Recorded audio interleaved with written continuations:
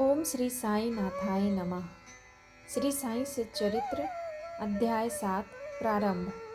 अद्भुत अवतार श्री साई बाबा की प्रकृति, उनकी योगिक क्रियाएं, उनकी सर्वव्यापकता, कुष्ठ रोगी की सेवा, खापरडे के पुत्र को प्लेग, पंढरपुर गमन, अद्भुत अवतार। श्री साई बाबा समस्त योगिक क्रियाओं में पारंगत थे। 6 प्रकार की क्रियाएं के तो वे पूर्ण ज्ञाता थे। 6 क्रियाएं जिनमें धौती खंड योग अर्थात अपने शरीर के अवयवों को पृथक पृथक कर उन्हें पुनः पूर्वतः जोड़ना और समाधि आदि भी सम्मिलित है। यदि कहा जाए कि वे हिंदू थे तो आकृति से वे यवन से प्रतीत होते थे। कोई भी यह निश्चय पूर्वक नहीं कह सकता था कि वे हिंदू थे या यवन। वे हिंदुओं का रामनवमी उत्सव यथाविधि मनाते थे और साथ ही मुसलमानों का चंदनो उत्सव। वे उत्सव में कुश्ती को प्रोत्साहन तथा विजेताओं को पर्याप्त पुरस्कार देते थे।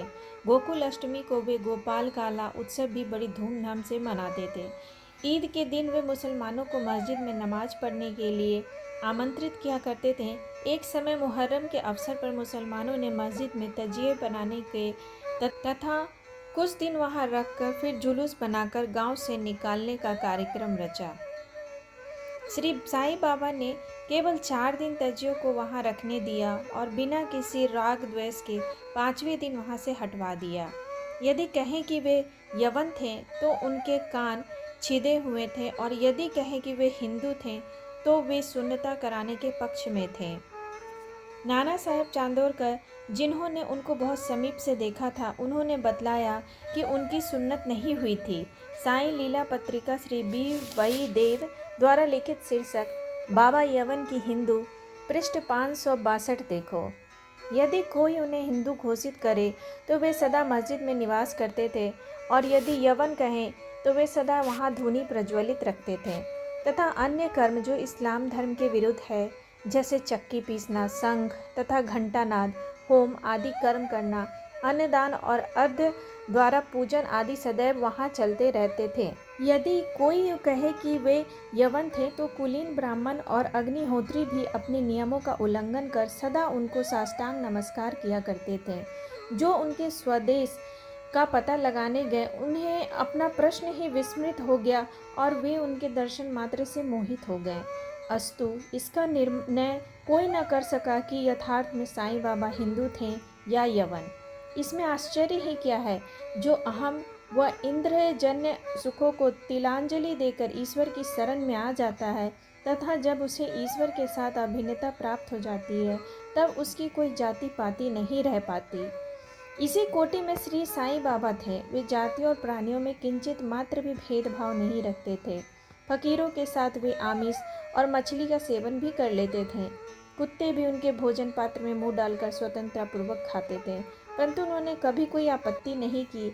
ऐसा अपूर्व और अद्भुत श्री साईं बाबा का अवतार था। गत जन्मों के शुभ संस्कारों के परिणाम स्वरूप मुझे भी उनके श्री चरणों के समीप बैठने तथा उनका असत्संग लाभ उठाने का सौभाग्य प्राप्त हुआ। मुझे जिस आनंद व सुख का अनुभव हुआ उसका वर्णन मैं किस प्रकार कर सकता हूँ। यथार्थ में बाबा अखंड सच्चिदानंद थे। उनकी महानता और अद्वितीयता का बयान कौन कर सकता है। जिसने उनके श्री चरण कमलों की शरण ली, उसे साक्षात्कार की प्राप्ति हुई। अनेक सन्यासी, साधक और मुमुक्षुजन भी श्री साईं बाबा के पास आया करते थे। बाबा भी सदैव उनके साथ चलते फिरते, उठते बैठते, उनसे वार्तालाप कर उनका चित्तरंजन किया करते थे। अल्लाह मालिक सदैव उनके होठों पर था। वे कभी भी विवाद और मतभेद में नहीं पड़ते थे तथा सदा शांत और स्थिर रहते थे, परंतु कभी कभी वे क्रोधित हो जाया करते थे। वे सदैव ही वेदांत की शिक्षा दिया करते थे। कोई भी अंत तक न जान सका कि श्री साईं बाबा वास्तव में कौन थे।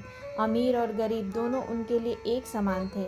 वे लोगों के गुहा व्यापार को पूर्णतया जानते थे, और जब वे रहस्य प्रकट करते तो सब विस्मित हो जाते थे। स्वयं ज्ञानावतार होकर भी वे सदैव अज्ञानता का प्रदर्शन किया करते थे। उन्हें आदर सत्कार से सदैव अरुचि थी। इसी प्रकार का श्री साईं बाबा का वैशिष्ट्य था। थे तो वे शरीरधारी, परंतु कर्मों से उनकी ईश्वरीयता स्पष्ट झलकती थी। शिरडी के सकल नर नारी उन्हें पर ब्रह्मा ही मानते थे। बाबा की प्रकृति। मैं मूर्ख जो हूँ श्री साईं बाबा की अद्भुत लीलाओं का वर्णन नहीं कर सकता। शिरडी के प्रायः समस्त मंदिरों का उन्होंने जीर्णोद्धार किया। श्री तात्या पाटिल के द्वारा शनि, गणपति, शंकर, पार्वती, गाम्य देवता और हनुमान जी आदि के मंदिर ठीक करवाए। उनका दान भी विलक्षण था। दक्षिणा के रूप में जो धन एकत्रित होता था उसमें से वे किसी को 20 रुपये, किसी को 15 रुपये या किसी को 50 रुपये इस प्रकार प्रतिदिन स्वच्छता पूर्वक वितरण कर देते थे। प्राप्तिकर्ता उसे शुद्ध दान समझता था। बाबा की भी सदैव यही इच्छा थी कि उसका उपयुक्त रीति से व्यय किया जाए। बाबा के दर्शन से भक्तों को अनेक प्रकार लाभ हुआ। अनेकों निष्कपट और स्वस्थ बन गए। दुष्ट आत्मा पुण्य आत्मा में परिणित हो गई। अनेकों कुष्ठ रोग से मुक्त हो गए और अनेकों को मनवांछित फल की प्राप्ति हो गई। पंगुओं की पंगुता नष्ट हो गई। उनकी कीर्ति दूर दूर तक फैलती गई और भिन्न भिन्न स्थानों से यात्रियों के झुंड शिरडी आने लगे। धुनी के पास ही आसन जमाए रहते थे और वहीं विश्राम किया करते थे। वे कभी स्नान करते और कभी स्नान किए बिना ही समाधि में लीन रहते थे। वे सिर पर एक साफा, कमर में एक धोती और तन ढकने के लिए कफनी धारण करते थे। प्रारंभ से ही उनकी वेशभूषा इसी प्रकार थी। अपने जीवन काल के पूर्वार्ध में वे गांव में चिकित्सा कार्य भी किया करते थे। रोगियों को निदान कर उन्हें औषधि भी देते थे और उनके हाथ में अपरिमित यश था। इस कारण से वे अल्पकाल में ही योग्य चिकित्सक विख्यात हो गए। यहाँ केवल एक ही घटना का उल्लेख किया जाता है जो बड़ी विचित्र सी है। विलक्षण नेत्र चिकित्सा। एक भक्त की आंखें बहुत लाल हो गई थी, उनमें सूजन भी आ गई थी। शिरडी सरीखे छोटे ग्राम में डॉक्टर कहाँ। तब भक्तगण ने रोगी को बाबा के समक्ष उपस्थित किया। इस प्रकार की पीड़ा में डॉक्टर प्रायः लेप, मरहम, अंजन, गाय का दूध तथा कपूर युक्त औषधियों का प्रयोग मिलाते थे। पर बाबा की औषधि तो सर्वथा ही भिन्न थी। उन्होंने भिलवा पीसकर उसकी 2 गोलियां बनाई और रोगी के नेत्रों में एक एक गोली चिपका कर कपड़े की पट्टी से आंखें बांध दी। दूसरे दिन पट्टी हटाकर नेत्रों के ऊपर जल के छींटे छोड़े गए। सूजन कम हो गई और नेत्र प्रायः निरोग हो गया। नेत्र शरीर का एक अति सुकोमल अंग है, परंतु बाबा की औषधि से कोई हानि नहीं पहुंची, बल्कि नेत्रों की व्याधि दूर हो गई। इस प्रकार अनेक रोगी निरोग हो गए। यह घटना तो केवल उदाहरण स्वरूप ही यहाँ दी गई है। बाबा की यौगिक क्रियाएं। बाबा को समस्त यौगिक क्रियाएं और क्रियाएं ज्ञात थीं। उनमें से केवल 2 का ही उल्लेख यहाँ किया जाता है। पहला, धौती क्रिया। प्रति तीसरे दिन बाबा मस्जिद से पर्याप्त दूरी पर एक वट वृक्ष के नीचे किया करते थे। एक अवसर पर लोगों ने देखा कि उन्होंने अपनी आंतों को उधर से बाहर निकालकर उन्हें चारों ओर से स्वच्छ किया और समीप के वृक्ष पर सूखने के लिए रख दिया। शिरडी में इस घटना की पुष्टि करने वाले लोग अभी भी जीवित हैं। उन्होंने इस सत्य की परीक्षा भी की थी। साधारण धौती क्रिया एक 3 चौड़े व 22.1/2 लंबे गीले कपड़े के टुकड़े से की जाती है। इस कपड़े को मुंह के द्वारा उदर में उतार लिया जाता है तथा उसे लगभग आधे घंटे तक रखे रहते हैं ताकि उसका पूरा प्रभाव हो जाए। तत्पश्चात उसे बाहर निकाल लेते हैं। पर बाबा की तो यह धौती क्रिया सर्वथा विचित्र और असाधारण ही थी।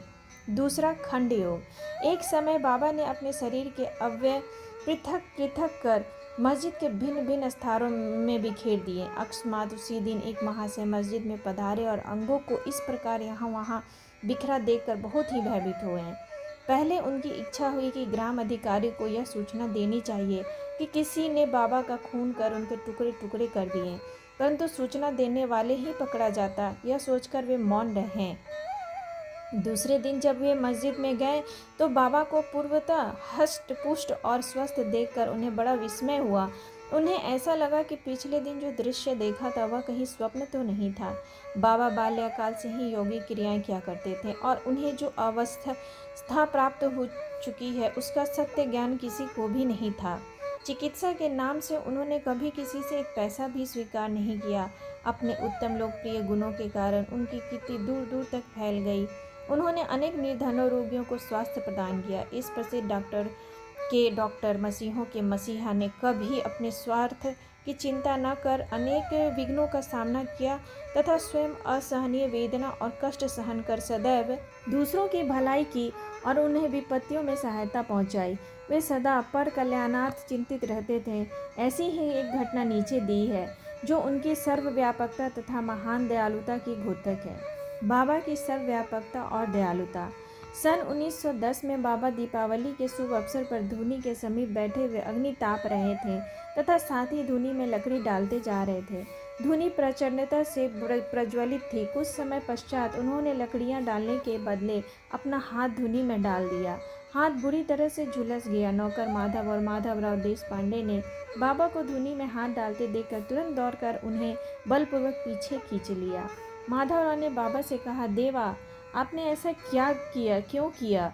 बाबा सावधान होकर कहने लगे, यहाँ से कुछ दूरी एक लुहारी ने जब भट्टी धौंक रही थी, उसी समय उसके पति ने उसे बुलाया। कमर पर बैठे हुए शिशु का ध्यान छोड़ वह शीघ्रता से वहाँ दौड़ कर गई। अभाग्यवश शिशु फिसल कर भट्टी में गिर गया। मैंने तुरंत भट्टी में हाथ डालकर शिशु के प्राण बचा लिए। मुझे अपना हाथ जल जाने का कोई दुख नहीं है, परंतु मुझे संतोष है कि एक मासूम शिशु के प्राण बच गए। कुष्ठ रोगी की सेवा।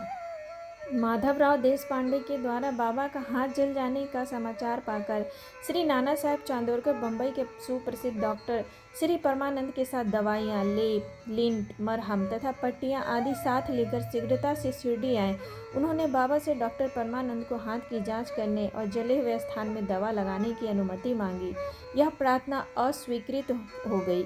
हाथ जल जाने के पश्चात एक कुष्ठ रोग पीड़ित भक्त भागोजी सिंधे उनके हाथ पर सदैव पट्टी बांधते थे। उनका कार्य था प्रतिदिन जले हुए स्थान पर घी मलना और उसके ऊपर एक पत्ता रखकर पट्टियों से उसे पूर्ववत कस कर बांध देना। घाव शीघ्र भर जाए, इसके लिए नाना साहेब चांदोरकर ने पट्टी छोड़ने तथा डॉक्टर परमानंद से जांच व चिकित्सा कराने का बाबा से बार बार अनुरोध किया। डॉक्टर परमानंद ने भी अनेक बार प्रार्थना की, परंतु बाबा ने यह कहते हुए टाल दिया कि केवल अल्लाह ही मेरा डॉक्टर है। उन्होंने हाथ का परीक्षण करवाना स्वीकार कर दिया। डॉक्टर परमानंद की दवाइयाँ शिरडी के वायुमंडल में न खुल सकीं और न उनका उपयोग हो सका। फिर भी डॉक्टर साहब का परम भाग्य था जो उन्हें बाबा के दर्शन का लाभ हुआ। भागोजी को दवा लगाने की अनुमति मिल गई। कुछ दिनों के उपरांत जब घाव भर गया तब सब भक्त सुखी हो गए, परंतु प्रतिदिन प्रातःकाल घृत से हाथ की मालिश और पुनः कसकर पट्टी बांधना श्री साईं बाबा की समाधि पर्यंत ही यह क्रम चलता रहा। श्री साईं बाबा सदृश पूर्ण सिद्ध हो, यथार्थ में इस चिकित्सा की भी कोई आवश्यकता नहीं थी, परंतु भक्तों के प्रेम बस उन्होंने भागोजी को यह सेवा निर्विघ्न स्वीकार की। जब बाबा लेंडी को जाते तो भागोजी छाता लेकर उनके साथ ही जाते थे। प्रतिदिन प्रातःकाल जब बाबा धुनी के पास आसन पर विराजते तब भागोजी वहां पहले से ही उपस्थित रहकर अपना कार्य प्रारंभ कर देते थे।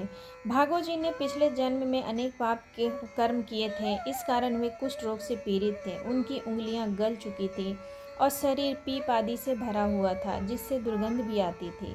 यद्यपि बाह्य दृष्टि से वे दुर्भागी प्रतीत होते थे, परंतु बाबा का प्रधान सेवक होने के नाते यथार्थ में वे अधिक भाग्यशाली तथा सुखी थे। उन्हें बाबा के सानिध्य का पूर्ण लाभ प्राप्त हुआ।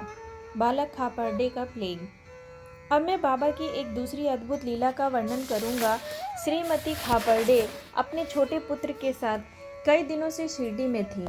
पुत्र तीव्र ज्वर से पीड़ित था। पश्चात उसे प्लेग की गिल्टी भी निकल आई। श्रीमती खापर्डे भयभीत हो बहुत घबराने लगी और अमरावती लौट जाने का विचार करने लगी।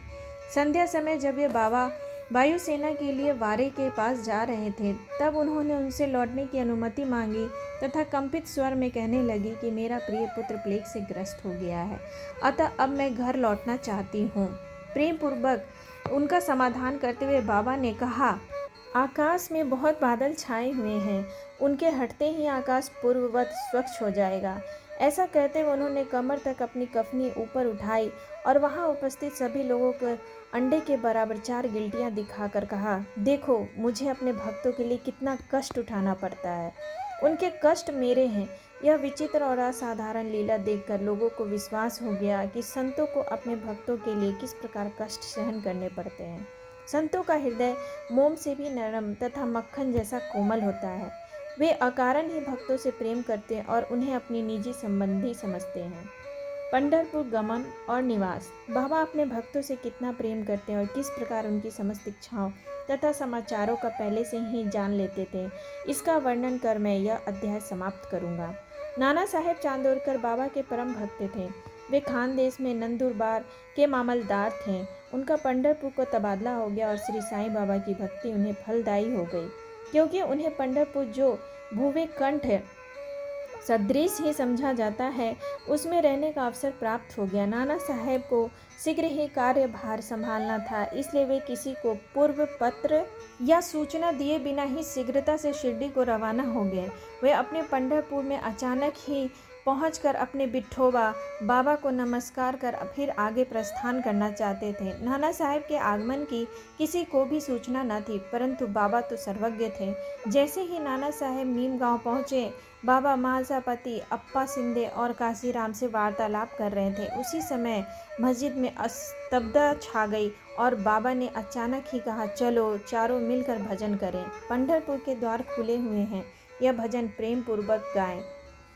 मुझे पंढरपुर जाकर वहीं रहना है, क्योंकि वह मेरे स्वामी का घर है। बाबा गाते जाते और भक्तगण उसे दोहराते जाते थे।